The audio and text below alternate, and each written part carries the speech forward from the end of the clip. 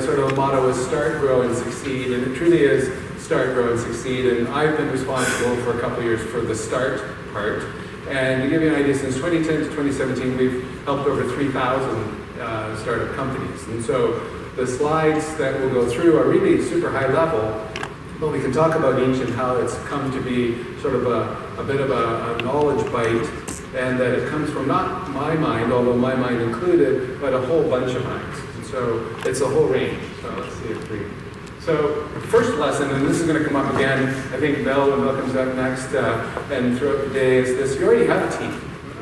And this is the super critical thing. It would be impossible to overemphasize that it is who you know as much as what you know. Your ability to make a call, get a connection, get an introduction, get in the door, especially when you're trying to approach a larger client or a customer, someone that can actually speak for you and introduce you is worth gold. It's worth more advertising than you could ever do. And so take advantage. And Selwyn has already talked to this, but you've got one. So the 10 network here and the friends that Selwyn has reached out to, including us up at Communitech. In a few weeks, one of my team members, Nadi, will be down here for a boot camp. Our ADM, Bill Manchel, who you're going to hear from next, is responsible for many Communitechs having gotten started. So all of these people are now available to you. And I've got lots of cards, and I'm sure Bill has lots of cards, and we're all willing to help. So if you want to go to North America and you want to start in Canada, call us. You'll be surprised how helpful we're going to be. So you really have a team, even if there's only one of you at this point in your business. So this is another one that I couldn't overemphasize. When I was going through, I started with Gal Canada, big organization, and the whole theme of training an individual, and you'll notice there's a lot of similarities between individuals and teams for obvious reasons, but they used to say to you, you know, Steve, you're really good at this, and you're kind of terrible at these three things, so we're going to go and have you do those three things. And you would go through the company and you'd be moved to each subsequent area that they thought you were weak in order to strengthen you. And this was the concept of making you into sort of a general manager. And the consequence of that is that basically you end up average at a whole bunch of things. And that's unfortunate. It was much later that this whole concept of go find people that are good at the things you're not, and now become absolutely excellent at the things that you already have a natural skill for, became much smarter. And that became sort of, even in the larger companies, that became much more thematic. And that's in a lot of ways what we're going to talk about today. What is it you want to do when you want to start to grow your own company? And so this is the hard one, so I thought I'd get it out of the way. One question you have to ask yourself, even before you begin to grow whatever it is, second person in, you have to sort of be honest with yourself, and this will come up a lot in an entrepreneurial career. If you don't know you're bad at it, the market's going to tell you you're bad at it pretty quick. There's no mercy. And so be honest with yourself. And if one of your skills is not managing people or managing teams, then that, remarkably for you as a founder, you may have to go and get someone else to be the president or CEO of that company who is good at managing teams. And then you're the super smart at the product or the original service or whatever it was. That's the hardest thing ever. So I don't even know how many companies I've personally consulted with, but it would be 100 or more where I spent lots of time with. And in every instance where we realized the founder was not meant to be the CEO, half of them could come to that reality, half of them didn't. The half that often don't succeed. The company doesn't make it. It's really, really hard because it's like a baby. You birthed it, you founded it, you sweated it, you drank too much over it, you lost friends or something. Or like people put a lot of themselves into the business, and to ask them not to be in charge is tough. But that's, team building requires that level of honesty. So let's say it's time, you're hiring, so we'll get a little bit practical for a minute. And maybe you can even help me. How many people here would have a company now that you're involved with that's got more than 2 people? Like it's begun to be a team? Just 2. Okay, so everyone else is either owner-operator or there's a couple of you so far. Okay, so that's a good stage to be thinking about then. Obviously, hiring is going to be driven by business necessity. You heard Melina talk about it. She has mostly contractors, so that was an interesting thing, the way she's built her business, super smart. But at some point, you need help. So this is back to being sort of honest. Usually when you're hiring, you're too busy. When you're too busy, you're nervous. When you're nervous, you tend to act impulsively. So you have to constrain that because that will cause you to hire someone that's not the right candidate. So ask yourself these questions. Like, first of all, don't hire people you can't fire. So if you hire a relative, especially your brother or sister, and you fire them, tell me if you're going to go to family dinner on Sunday. Probably going to be super awkward. So when you go and reach out for people, try to remember that. If you can't fire them, think long and hard before you hire them.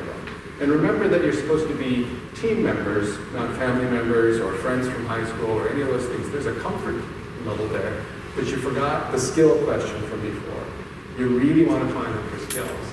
And that's why number 2. So whoever it is, they're there to fix your holes. They're there to cover the gaps in your skill set, even if it's just time, even if it's you just don't have enough time. But then as soon as you divide the workload, you're going to say, I still want to do the things I'm best at. Therefore, even my very first hire should be pretty good at the things I'm not best at, and that's how we'll divide workload. And then the last one is important on the first hire, but it stays important forever, and that is, do they fit what you want, the culture of your company? And when you think about that, that's how does your company appear to the world? So if it's your personality, and you think that's what's selling, in other words, people come to work with you because of you, then in theory, you're going to need a whole bunch of mini-needs as you grow your company, because how else are you going to maintain whatever your culture is? You're super friendly, you're super smart, you know construction, you know, you're an outstanding tailor or seamstress, and it's your expertise. How can everybody after you not damage the whole company's reputation for that same level of expertise? So keep it simple when you first start, but don't not have a plan.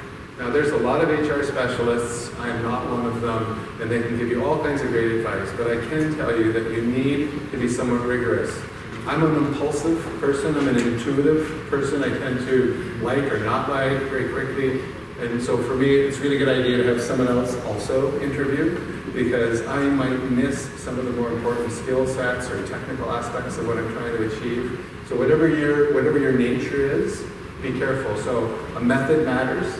And do check background, do a reference check of some sort, do call other managers or owners. You'll find there's a bit of a code if you haven't already. They may not say to you, no, that person was a thief, but even from personal experience, I can tell you, I might have said, or the person actually was a thief, I might have said instead, well, listen, do you know perhaps, will the person have to handle money or cash for the company?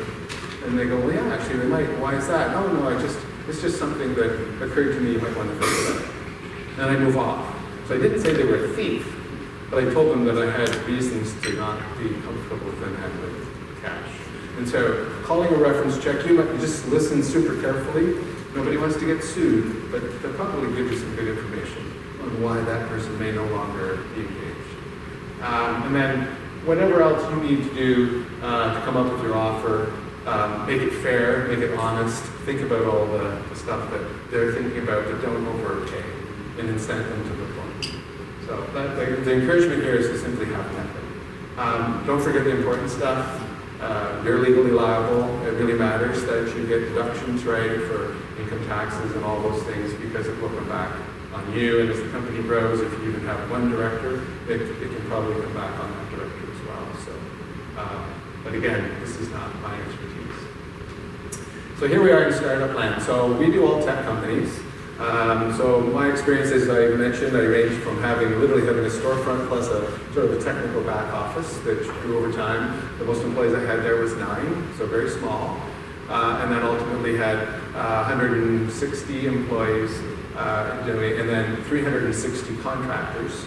And that was the company that ultimately got sold for a little over $400 million, so much bigger. So as you grow these things, what do you do right day one? So right away, there'll be many arguments about this among entrepreneurs, but we would suggest you hire for what you need now. So it's really hard to envision the future, and I'm the first one to tell you to plan for your future and to think about the far off horizons and where you want things to go, but you need to get some stuff done right now. Or in the vernacular of Communitech, you need to get shit done. That's a big phrase around it. Ship it, get shit done, because people are always dreaming a lot. No, get stuff done. Now, remember, here's the big one. Another failing of all of us, the early days, that means there's going to be turnover. So as companies grow, They grow bigger. You hired somebody who was really good, and you hired them to offset your skills. Now all of a sudden you hired 3 more people. 3 of them now, they all report to that person. Let's say you're the one on the street drumming up your business and doing that development. They've never managed people before. But by accident almost, because those 3 people got hired in, that person got elevated now to a manager of 3 people. That wasn't on the skill set when you hired them. In faster growing companies, which happens, then of course they can end up with 15 people. And as you know, that's going to be a bad moment because they never had any experience. If you're going super fast or whatever at the time, get ready. So you're going to have those conversations where you realize the team early on is not the team to grow. This is one that I hear repeatedly, and you can think about it, it's really true. If your company is 5, you can all talk in a room. My experience was at 11, twice, that's when cliques formed. So there was a really tight team till 10, and everybody sort of went to lunch in clumps. And then at 11, there was sort of this 4, there's a little group that likes the other, and 3. So communication suddenly changed, culture shifted a little bit. When you get to 30, you actually don't really even know everyone particularly well. And then the magical number for everybody is different. My memory's not great. So once you get to about 50 for me, I have trouble remembering personal details about those individuals because you're growing quickly, et cetera, et cetera. So now how hard would it be if I wanted the culture to be the one I started, but now I can't even really know or talk to. I don't even know if somebody has children. Like it could be that bad if you're growing quickly. How could you keep that same culture going, right? So everybody says, well, it's sort of every time you double up, your culture's going to shift. So here's where I just almost make a liar out of myself, but it is, do listen to the guy. So when I said I'm an intuitive hirer, I shouldn't ignore it if they're making me really uncomfortable. So in the tech world, they could be super capable and technical, and I may be in love with that because I've got this massive problem and it's not my skill and I don't know how to fix it. I just want to fix this problem, and if I don't get that problem fixed, I'm not going to close that contract. Don't do it. If you feel something in your gut that says, I don't know, man, I'm not too sure, just don't. Go with your own instincts. And this is important. Beyond everything you do, over-communicate to your customers, over-communicate to your team. If there's any mistake you make, it's not being clear. So when you're hiring, if you have some criteria, just tell me. If you have a culture you're going to try to maintain, say it. As it grows, keep repeating it. So this year at Communitech, we're going, so it might resonate for you folks. We have, in Canada, we feel we have a small market. And in Ontario, we actually have a smaller market still. And so I know it might be humorous if you think to yourself, well, on the island here, there's roughly just shy of 300,000. Is that close? And so then you've got the Caribbean and et cetera. But we were over in Asia a couple of times in the last 6 months. And as a country with 35 million people, and in fact in Ontario, really, we have what, 10 or 12? What is our population? 13 million people. That's really as big a territory as most of our companies think about. You go to China, and I'm in a city with over 30 million people. And all of a sudden, everything looked massive. And I thought, well, how would any of our companies ever cost compete? So it's all just relative. And so I think for here, it's no different than for there. For 10 people, it's no different for hundreds. And the key message all the time will be just keep getting the message to the people, keep getting the message to the people. I couldn't overemphasize that enough. So I'd like to have an exchange with where people are at and what you're doing now. So these are the key things that I'm saying. And the hardest part will be you being honest with yourself about what you're not good at, and then getting the people with the skills you don't have. The floating up was the concept, of course, of hiring people, and then the people just come in and meet them, and they go beyond their skill set, and then over-communicate.